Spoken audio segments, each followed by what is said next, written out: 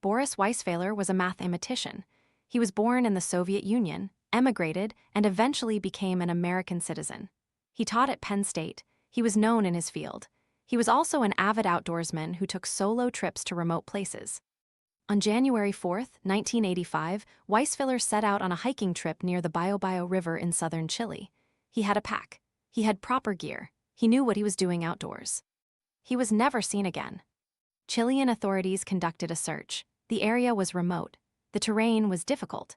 The official conclusion was that he had drowned crossing a river or died in the wilderness from exposure or accident.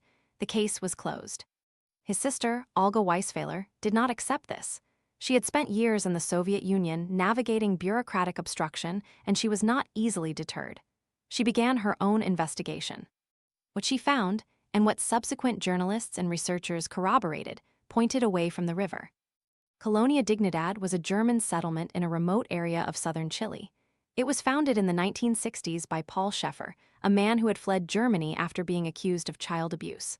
The settlement was closed to outsiders, surrounded by fences, and heavily armed.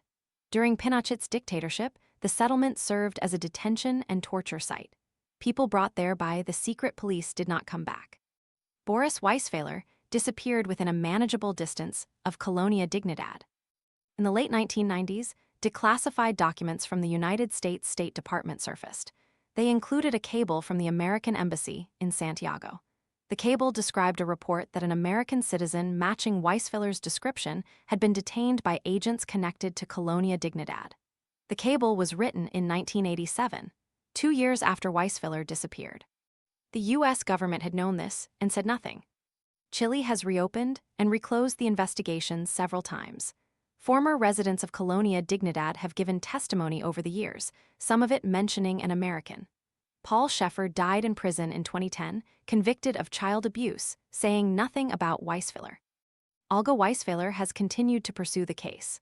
Boris Weisfeiler was an American citizen. The State Department knew within 2 years that he may have been held at a torture site. That information was not passed to his family. The case was allowed to remain a hiking accident.